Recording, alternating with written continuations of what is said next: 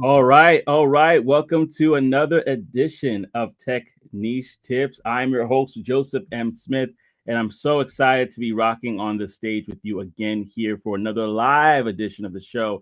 And I do have Ayana with me here. Oh man, I gotta bring her up so you can see the beautiful face, y'all, and see that she is ready to go. I told her like right before we got started. I said, "Oh, you're gonna beat the face and get yourself ready." She's like, "Yes, sir." And so I'm so excited for this. It's been a long time coming, but I just want to also preface a couple of things before we get started.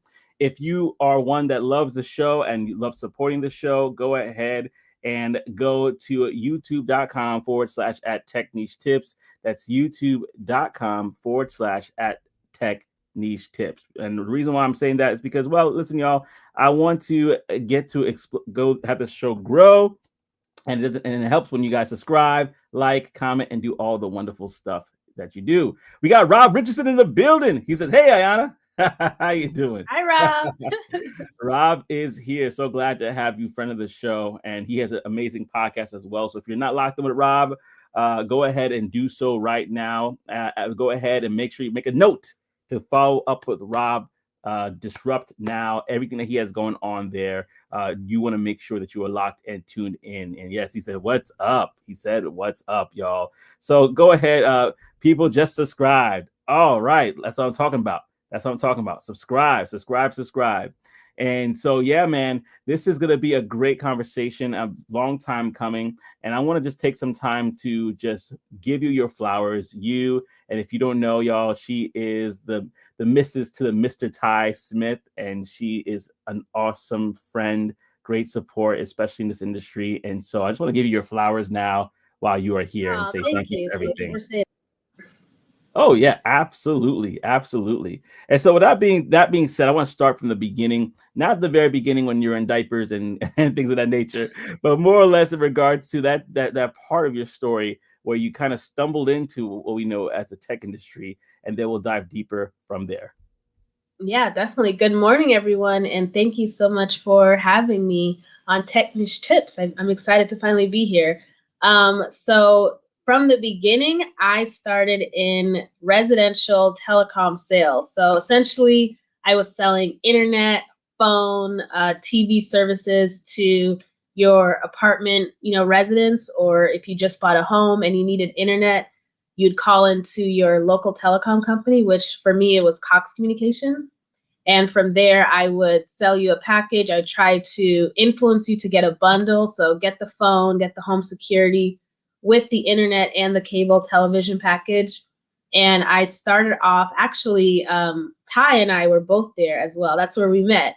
But that's where my journey started in the tech sales industry. I didn't at that time consider it to be tech sales. I thought it was just a job that had a really good commission payment plan, and that was really all that I was focused on. But the more that I learned about the technology, the better I became at my job. And I think the turning point for me was during the pandemic when we had a lot of free time, everything was closed. So me and Ty were just at home looking up videos, and our company had an internal like learning sales program. So through there, we learned a lot more about the products that we were selling, but then a whole nother subset of products that we weren't selling. That was kind of on the business side. So this was like your cloud infrastructure, your cybersecurity, your firewalls, things of that nature. And we just kind of went down that rabbit hole out of boredom. And then when roles opened up in those sectors or those departments, I applied on the direct side, Ty applied on the channel side. And that is where I was able to kind of advance my technology sales experience. And that's when I really put my foot into that industry. And then recently, I switched over to the channel side, maybe about a year and a half ago. And I have to say, we'll get into it, but it is way more fun, really lucrative. And it's just the best of both worlds because you still have to work hard, but you play hard too. Like you get paid to play hard. But we'll get into all of that. But that's kind of my journey, how it started and how I'm where I am right now. Yeah, I love that you said that. But before I even go there, we got Shanae in the building. Got to stop the press. I love her. Like, yes. Ayana. I'm trying to do her voice. I can't. If you know, but to know her is to love her. And so if you know her voice, you know how she's saying that right there. Go ahead and lock in with Shanae. She has some things coming down the line. She's an amazing guest, Natalie, that's going to be having a one-on-one conversation with her. So listen, lock in with Shanae on LinkedIn. If you don't know Recruiter Cousin, lock in with Recruiter Cousin right now. I'm telling you, you do not want to miss that. So glad that you're rocking with us on the show. And for y'all that are tuning in, let us know where you're tuning in from. Go ahead and put in the comment section, and I'll put you on the screen as we continue this conversation. And so, yes, you talked about the fun. I can't wait to talk about the fun when it comes to the channel sales. But just let's go back to that a little bit, because I think you said it yourself.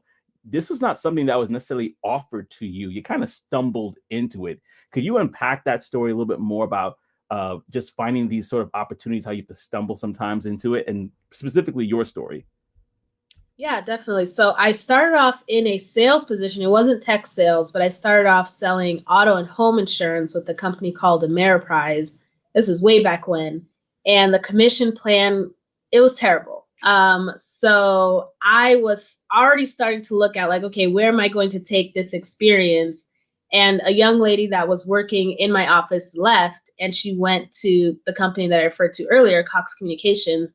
And she said that their commission check, I think, was like $10,000. Like if you hit an exceeded plan and quota. And I was like, what? Like I just saw dollar signs in my eyes. So I applied and got it because I had call center and sales experience. But I never in a million years, realized the world that I was stepping into as far as tech sales and all the different skills that I was learning and not realizing was so valuable across the industry. But yeah, I really did stumble into it. I promise you, my first year that I made six figures, I was like, what? Like, this is crazy. Like without a degree, without like any, really a lot of experience. I had 1 year at that call center. And that's what I love about tech sales specifically, is that it really is the equalizer as far as the tech industry. Like I respect all the people that code and, can do all the engineering and all of that cool stuff. But sales is the one where if you study the right material, if you know the right people, you can get into the tech, umbrella of all the different verticals, AI, cybersecurity, wherever you want to get into. The sales side has the most job security because, we've seen it with all the layoffs. There's all sorts of companies making changes and structural changes, but they still need people to sell their products. So it's a really good industry to get into. And then once you're in it, the transferable skills, you can go from company to company to company because they all need salespeople. So that's my plug for tech sales today. Yeah, I was going to actually add to that as well and just say I found that even if it may not be job security, depending on, because every company is different, but you have that career security where they're like, look at you like, ooh, you went there, you did that. Okay, come on over here. We need you. Yeah. And all those companies need that. So I love that you said that.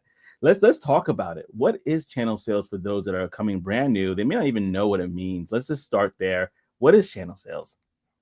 Yeah, good question. One of my biggest pet peeves about the tech space is that there's a lot of very confusing definitions or acronyms, and it just kind of keeps people out at bay because they don't feel like they can understand it. So I'm going to explain it in the most simplest way possible. So you know how you have a real estate broker, and they essentially bring together someone who's selling a house with someone who needs to buy a house. And then they, in the middle, get paid a commission. You also have insurance brokers. They bring together a company that's selling insurance with someone who needs insurance. They're in the middle and they get paid a commission. That's essentially what channel sales is. It's a technology broker that brings together a software vendor that is selling, some sort of technology with a customer, usually a business that needs that software, that technology. They're in the middle and then they get paid a commission. So the beauty of channel sales, if you're on the partner side, because there are two different sides of channel sales. There's a side that I'm on where there's like corporate roles and you're within a company, kind of turning that channel sales engine on.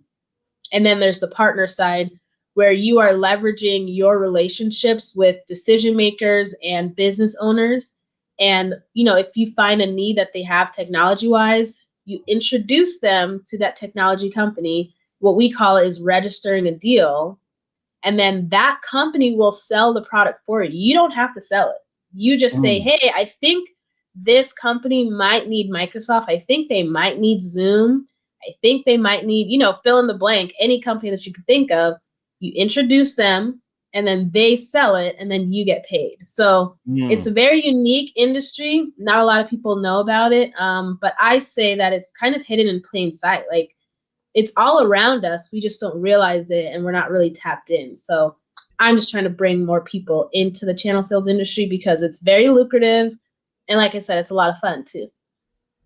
Oh man, and I gotta, before I even say anything else, we got a friend of a friend of the show in the building, none other than Black Meta Agency leader and founder Howard is in the building, and I'm gonna put this for everybody. Type tapped in if you are listening and getting something from what Ayana is saying, and I'm so glad you started that trend right there. Type tapped in the comment section as we get the ball rolling. We have Roland in the building as well. What up? Hello, my friend, Roland from all across the pond, further out. He says, well done. Love how Ayana Gardner just defined channel sales. Yes, and you definitely need to connect with Roland. Roland and you, I'm going to have to connect you guys. Really great guy.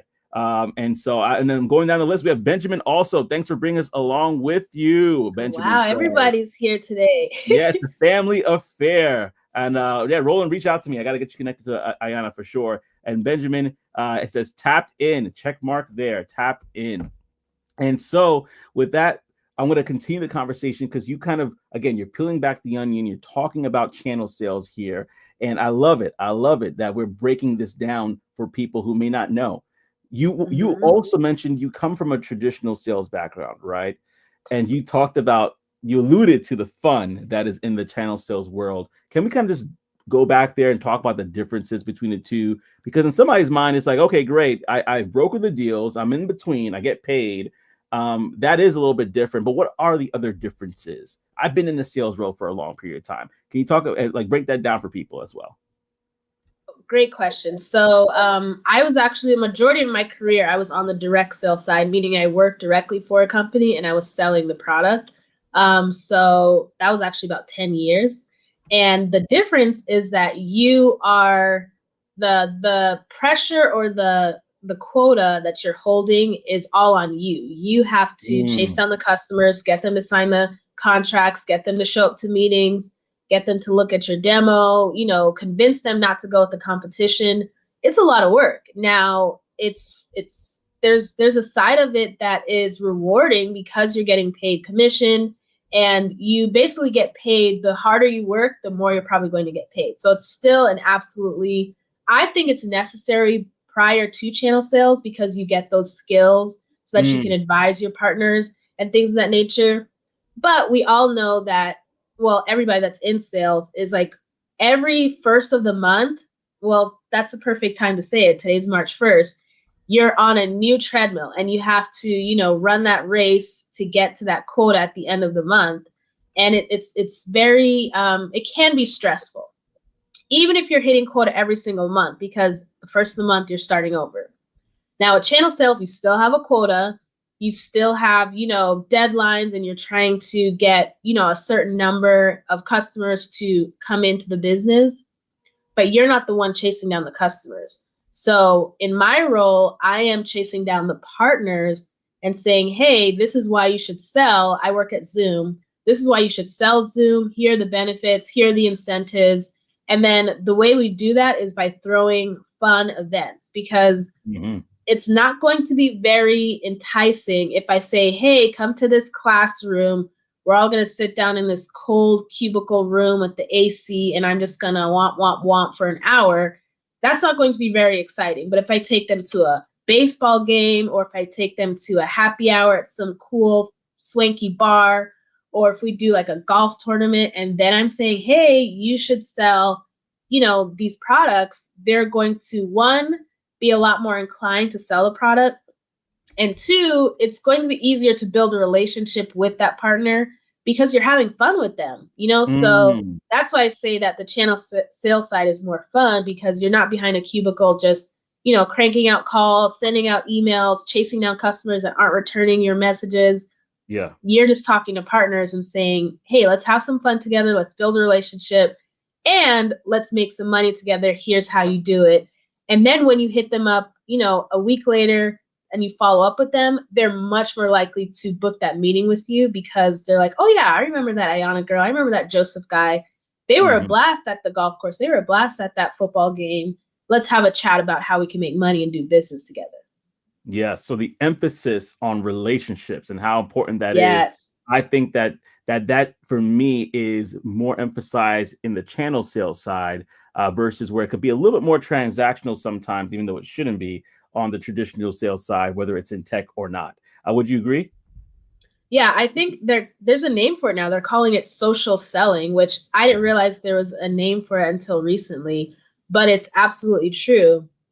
And we can see that, you know, just even in the black tech space, like it's cool to see Mhm. someone on LinkedIn or on Instagram, but until you sit down with them, you learn about them, you break bread with them, it's like, oh, like I love Joseph, I love Recruiter Cousin, I love Howard, you Yeah. know, because I've actually had time to spend with you guys, and it's like it just makes it so much more real and different. And Yeah. Kayvana, I love Kayvana. Yes, Kayvana is in the building as well, and we have Roland here as well. Now, there was a question that was said earlier that I want to just pause right now and say, listen, for those who are brand new to the show, we're going to have a Q&A session in about the next 12 minutes or so, right way around the halfway mark of the show. So this question here just got here. Would this be something for someone wanting to get into tech even at 40 years old? Hold that thought. We're going to come right there. I actually favorited and starred that question because we're going to return back to that during our Q&A session. Again, stay put, y'all. The Q&A session is coming, so you want to lock in for that. But let's continue the conversation. We got Gertrude and others also on Instagram. Let me shout them out. We have Gertrude. We have a D1 Mail. We have Lacombe. What up? Stop by say, my friend. Stop by say. Of course, Howard is everywhere. Howard is on Instagram as well. So this is going crazy. So glad that you guys are rocking with the show this morning. And I want to make sure I shout everybody out because we appreciate you here at Tech Niche Tips. And so this is really, really good. And so we just talked about a little bit of the differences in it in regards to what to expect. And it sounds a lot of fun. In fact, Benjamin says, I heard Ty share that this industry is still 0.5% black. That's wild. We'll probably unpack that at another time, but that's a good point. The diversity and growing that's all we want to see in various aspects of any industry, really, especially in channel sales. But I want to go specifically and talk about how, in regards to, you mentioned it's fun, but there's also challenges as well. What could be some challenges someone who is, let's say, just looking to transition to this industry could expect when coming on the other side in channel sales? Yeah, so I think the biggest challenge is because it's such a close knit community, because it's not very well known, they rarely hire just a random stranger that applies for a channel role because it's like, I don't know who this person is. And I actually sat down with someone who I was hoping to be my mentor, or I'm still hoping to be my mentor because they're like a legend in the channel sales world.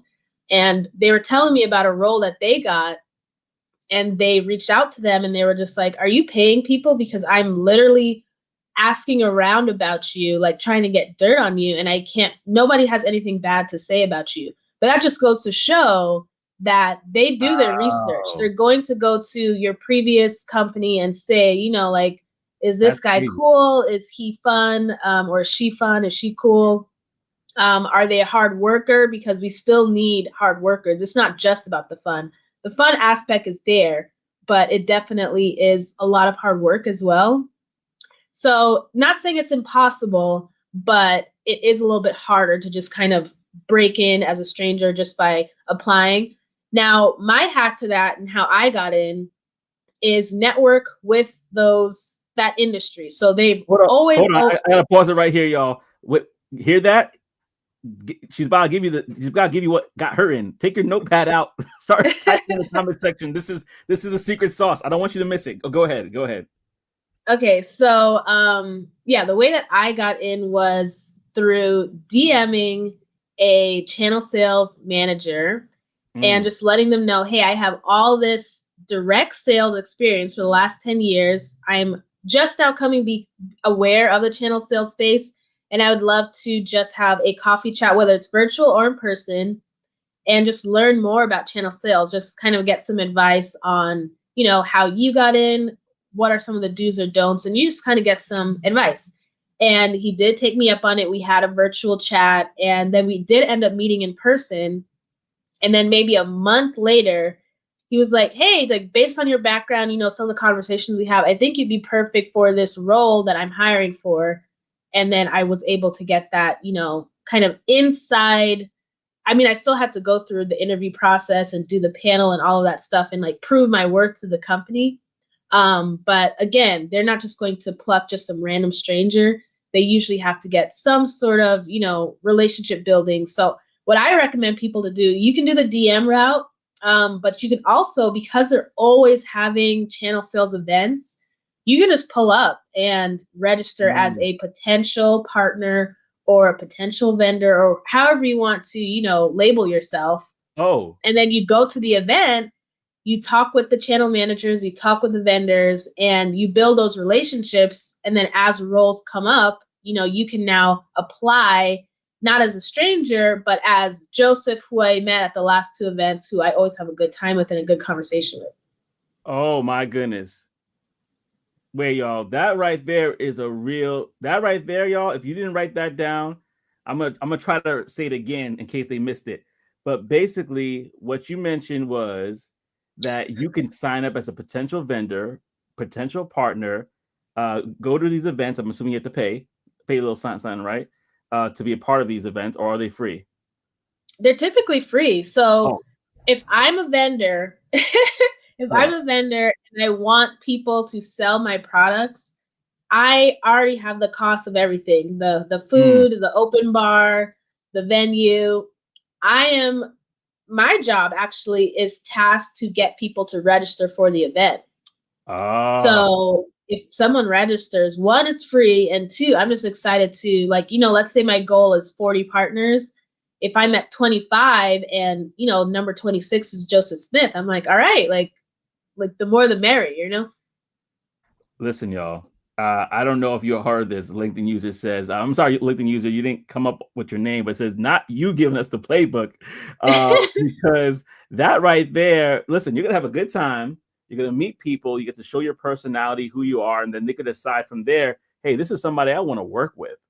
Yeah. And there's how many opportunities are created that way, where you just meet somebody, they ask you a little bit about what you do, and now they're more interested in working with you, the person, than anything else. We've seen that time and time again. In fact, I want to go to this comment by our dear friend Rob that I thought was really good. I highlighted it as well to go back to it. It says, nobody's going to give us opportunities. We need to connect with each other. We need to expose others to these opportunities and spread the knowledge. This is so good. I don't think I've ever heard. I mean, I didn't think I heard that play when it comes to channel sales specifically until you just said it. So listen, y'all, if y'all have found any value, type the word value in the comment section right now. Again, that's on Instagram as well. Go ahead and type value in the comment section to let me know that you are receiving true value from this conversation. Because listen, I didn't hear it that way before. So I'm like, wow, that is awesome. I could really help. That could really help people. Kayvana said, value, value. Oh man. So we talked about it, and I think that's awesome that you mentioned that, in regards to specifically in regards to how you can really find a way to, again, and Sinead said the value as well, how you could really find that pathway into getting there by showing who you are. And so kind of diving deep into as you go on to your journey, I believe like with anything, you come in there, you experience it, you experience the highs and you experience the lows. uh where can the challenges, I know we kind of talked about challenges earlier a little bit and the hardships there, but what are some hurdles that you have had to climb, It doesn't have to be anything, a specific story if you don't feel comfortable saying that, because I want to give people the real. Oh, wait, let me stop the presses because I have Natalie in the building as well. Natalie, so good to have you. She's going to be a guest on the show very soon. She's going to have a conversation with Shanae very, very soon. So lock in with both Natalie and Shanae so you can find out more about the conversation that's happening very soon. When is that? Is that today? It is not today. It's on the Tuesday. I believe it's going to be, let's see, the 18th, if I'm correct. Okay. Please put in the comment section, Shanae, if it's the 18th or if I'm just making things up in my head. I know it's on a Tuesday, I believe. I'll So make sure to tap in. I'll find it. yeah, absolutely. And every day, Sunday said value as well. But just kind of going back to that, and it could be a made up situation or somebody that you know of. But what are some things? Because I want to give people the real. What are some Yeah. things, the low, like the low parts of like this business? I know relationship is one. You mentioned your can't speak right now. Reputation. There we go. But yeah. Oh, I got it right. It was March 18th. March 18th. So locking in with on March 18th in regards to that. So, but yeah, if you can, please just share a little bit more. Yeah, I would say the biggest challenge is probably becoming a subject matter expert on whatever your product or company is, because these partners will ask you the most obscure questions. And at this, like, one, they want to know the answer, but at the same time, I feel like it's almost testing you, because if you don't know the answer, they're like, they'll literally write you off and they'll just move on. So yeah, definitely becoming a subject matter expert. And you can do that pretty easily. I lock in with my solutions engineer and I'm just like, I want to know everything. Now, I might not always have to speak to it, but yeah, that's one of the challenges. Another challenge is, yeah, when partners reach out to you, you want to be as timely as possible whenever you're responding to them. Because if you become someone that's reliable, that they can always reach out to and get an answer, get a response, then that's going to look really good on you for them in the future whenever they need something. But if you wanted to, let's say they ask you a question at 10 a.m. on Tuesday and you don't respond until Friday, they're going to remember that. Just like, I don't know if I'm going to hit up Ayana or Joseph next time when I have that situation, because they might be right in front of their customer and they're just like, I can't rely on you, you know? So definitely want to be timely and know your stuff, which is possible if you put in the work. But if you're just like only focusing on the fun, then you might not get those things handled as well. So it's a balance. Wow. Timely and having a great knowledge base on what it is that you're selling in the field. And I'm going to go to this comment real quickly here from Natalie. She says, "Hey, Hannah, sent you a connection request. This is an amazing conversation. I'd love to chat with you." So look at that. Everybody's Let's reaching do out to it. Hannah. And I wanted to highlight this because if you are on YouTube, feel free to go ahead. And this is also for people who are on Instagram. We're having Q&A in about a moment, or actually less than a minute. So if you want to have your questions on the screen, go over to youtube.com/@techniche_tips. That's youtube.com/@techniche_tips. And if you go into the description, Ayana's LinkedIn is right there so you can connect with her and ask her as many more questions that you may have. But right now, we're going to go into the Q&A section. And I want to just kind of say this too. What Ayana's talking about is wonderful. You definitely want to create some and have wonderful skills that you can. Some people have natural skills; they can naturally talk to people, but other people don't know how to prospect. So if you are interested in learning how to prospect, one of our sponsors here, Course Careers, can help you with that as well. If you're interested, I'll put that in the description after the show as well, or as a pinned comment. So if you want to find out more about Course Careers or Level Careers, and if you want to up your game, move into account executive, move into being a SOC analyst, it's all going to be there for y'all. But right now, we're going to go right into the Q&A portion of our conversation. And I'm going to start off with this question that came up, which is from Every Day is Sunday. Just got here. Would this be something for someone wanting to get into tech even at 46 years old? Let's talk about it. Absolutely. Anyone at any age can get into the channel sales industry. Again, I want to differentiate. There's two different paths for channel sales. There's the corporate route, which is the side that I'm on because I like knowing when my money is coming in and having health insurance and all of the benefits of working with a corporation. And then there's the entrepreneurial side where you are the partner, you're basically the technology broker, and you're bringing in those two sides of the relationship, the software vendor and the potential business customer. So if you already have a network of business owners, decision makers, then you can absolutely get started today. It literally takes one phone call with a technology services distributor, and these are kind of like they kind of house all of the brokers, the technology brokers, and allow them to sell this technology. So it's one simple phone call. You just explain to them, let's say what your niche is. I'm going to be focusing on cybersecurity. This is my experience.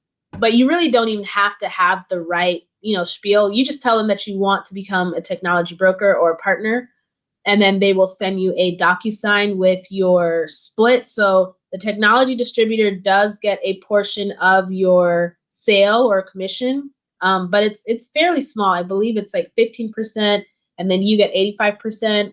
I think you can negotiate that, so it just depends on what value you're bringing. And then once you sign that document, you're in. Like, it's very simple. So you every day is Sunday. You can jump in on the partner side very easily.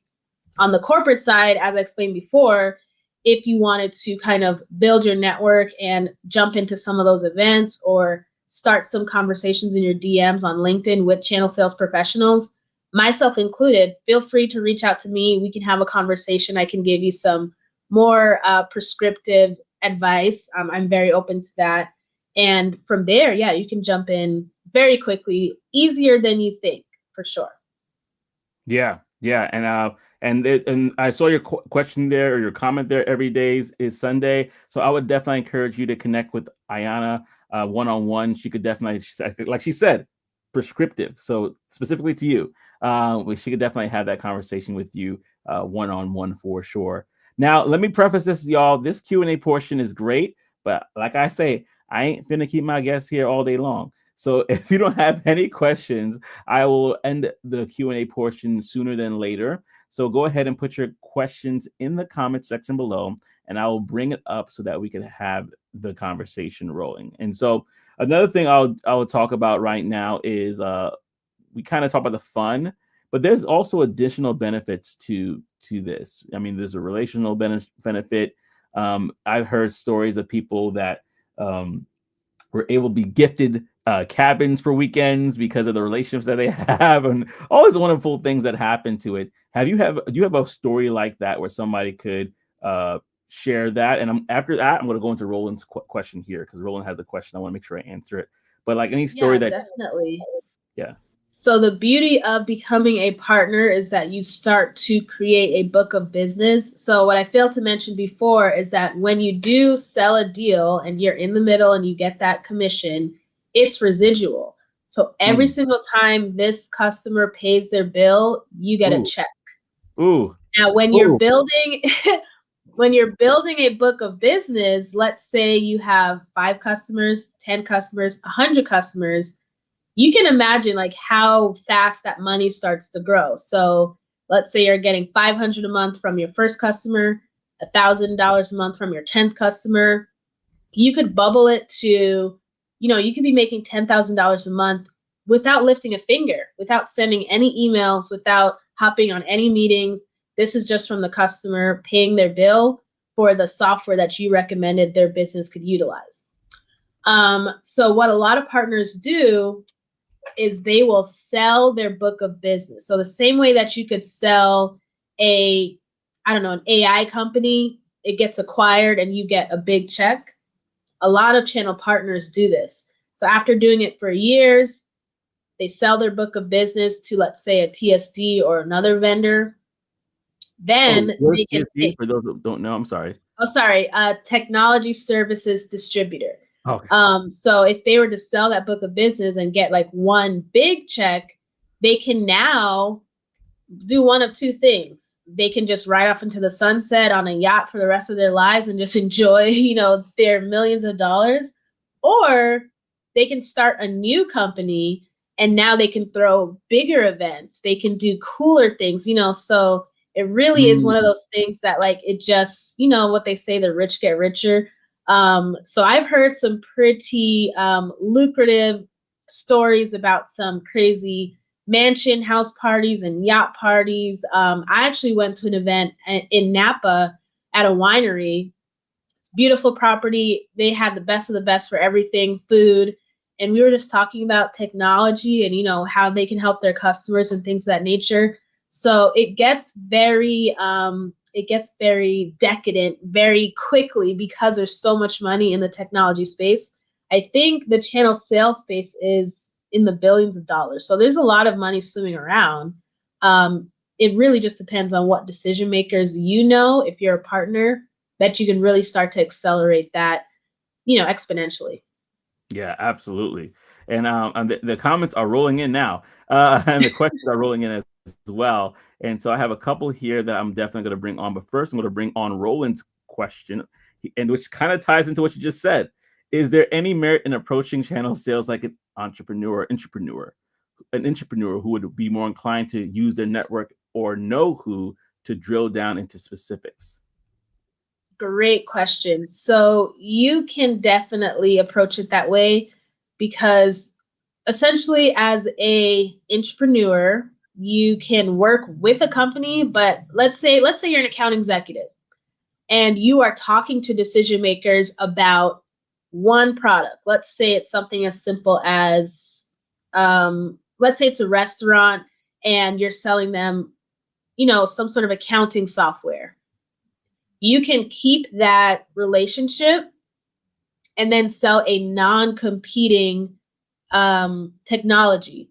So you work for a company that's selling accounting software, but then that they also need security camera software or cybersecurity. And you say, hey, Mr. Customer, I know we had such a good, deal with this situation, and I'm glad that you're happy, but I know you probably already need this or also need this as well. If you're open to it, I can make an introduction to XYZ company and they can let you know about all the services they have. And then if they do go ahead and sign a deal with them, now you're getting money from your account executive job and your commission, but then you're also getting residual from this other deal. So again, like I said, anybody who has a network of decision makers and business owners. So account executives is a really good opportunity. If you're a consultant, that's a really good opportunity. If you work anywhere that's in the space of B2B, then you already have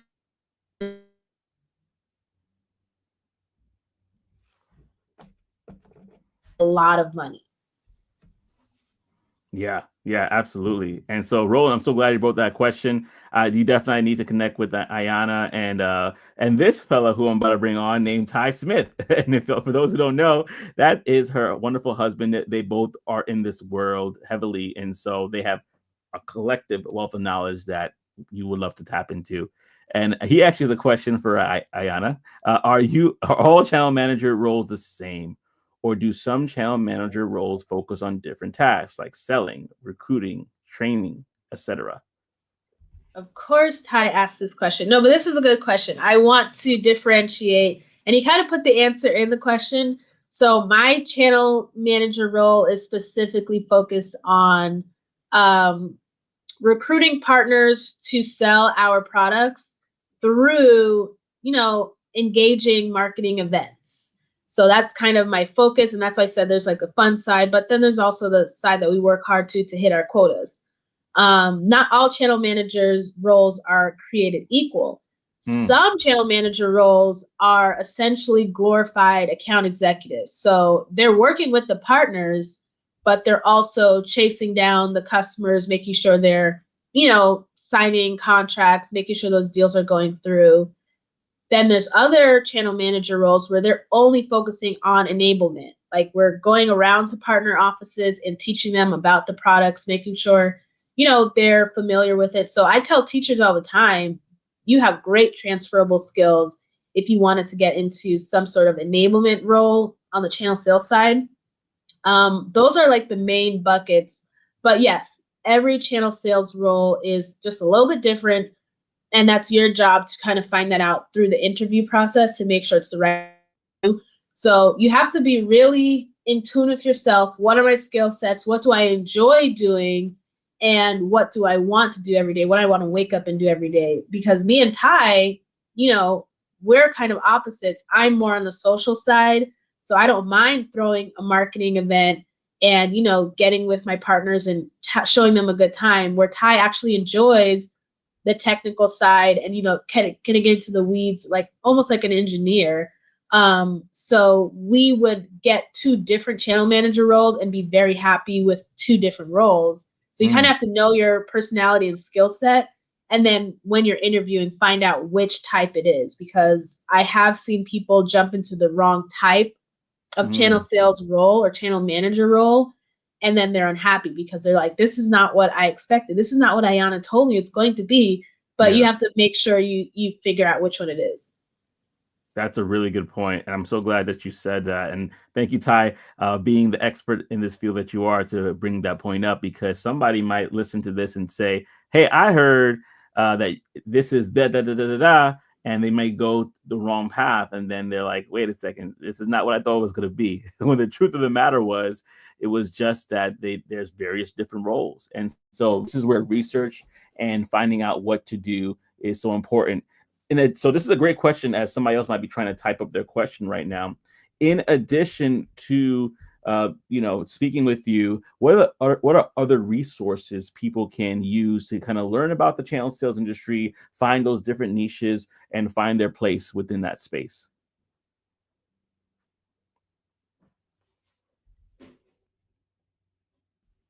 YouTube quite a bit. Did I cut out? Am I here? Can you hear me? Oh yeah, now I hear you. Yes, I hear you. Okay. I use YouTube quite a bit to jump into the channel sales industry and figure out all the different roles and how it worked. There's 5 major technology service distributors, and they all kind of have their own different flair or personality. But they all have a wealth of knowledge on their websites, kind of showing how they work, the vendors that they sell, and they'll also have a list of events that they're throwing for the year. So that's a great place to start. Ty and I have an email, like if you just set up a time with me, where I will send it out to you and it has all. All right. So right now, Ayana's gonna be coming right back onto the show. But in the meantime, what I want you to do, y'all, is go ahead and connect with us at Tech Niche Tips and subscribe to the channel. And Ayana's right back, so let me get her right back to where she was talking. Go ahead. Sorry about that. But yeah, I have an email that has a bunch of information as well that I'm happy to share with anyone that reaches out and requests it. Okay, fantastic. So the email, if you email her, and how they get the emails through basically connecting with you on LinkedIn, and then you, of course, provide the email, right? Yes. Awesome. Just wanted to make sure, because people might hit you up on IG. What up, IG family? I'm watching y'all. Everyday Lay is in here as well. There's a few people that are coming through. So glad that the IG family is rocking and rolling over there. So yes, I want to go to this question from Roland, because I think it's a very interesting one.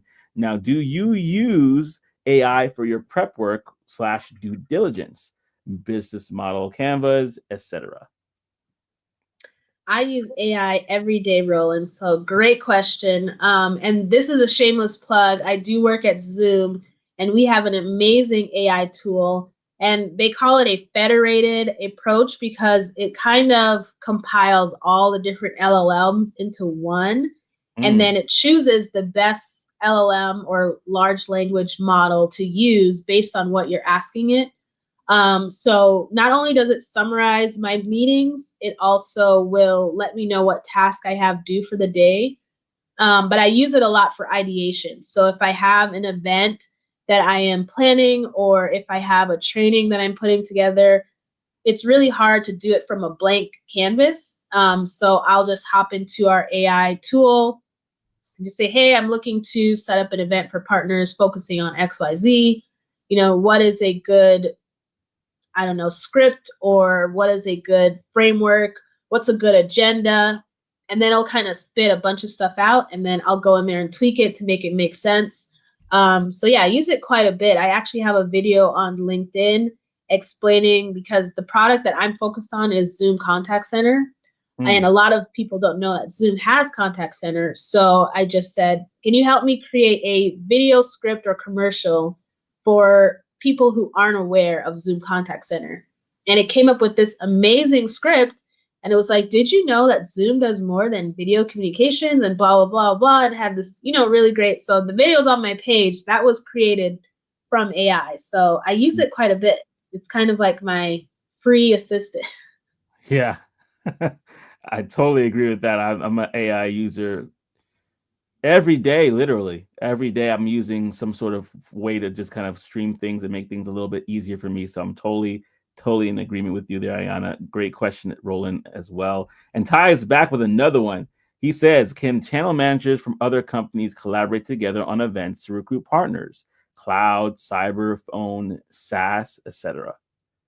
He's just lobbying them up for me.